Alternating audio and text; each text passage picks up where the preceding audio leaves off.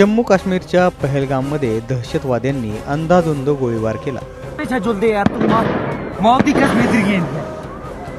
यामध्ये अनेकांचा मृत्यू झालाय।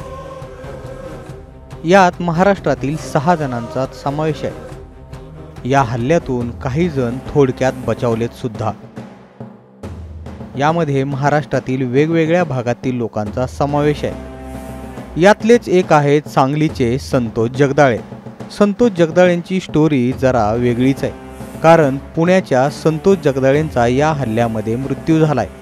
नामसाधर्म्य असल्यानं सांगलीच्या संतोष जगदाळेंच्या घरच्यांना त्रास सहन करावा लागला। या फायरिंगमधून ते थोडक्यात बचावले। सकाळच्या सुमारास ते तिथं फिरायला गेले होते, मात्र खूप जास्त गर्दी असल्यानं त्यांना घोडे मिळाले नाहीत आणि त्यामुळे ते थोडक्यात वाचले। आपला भयंकर अनुभव सांगताना संतोष जगदाळेंनी काय म्हटलंय ते बघा। नमस्कार, मी संतोष जगदाळे बोलते। मी सांगलीतून 21 तारखेला काश्मीरसाठी ट्रिपसाठी आलो। आम्ही 21 तारखेला पहलगामला मुक्काम केला।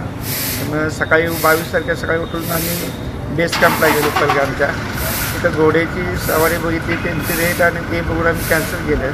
तिथनं आम्ही दुपारी बाहेर पडलो आणि तिथनं आम्ही संताप हिलला गेलो आणि हिलवरनं येताना परत आम्हाला रस्त्याने विचारलं, असं असं फायरिंग झाले, तुम्ही कुठं होता? म्हणून आम्ही तिथं निघून आलो। त्यामुळे आम्ही तिथं थोडक्यात बचावलो। आणि माझ्यावर माझे मित्र रजपूत दादा पण होते, त्यांची फॅमिली आली। त्या आम्ही आता हॉटेलमध्ये सुखरूप आहे आणि मिलिटरीचे पण धन्यवाद, त्यांनी भरपूर सहकार्य केले।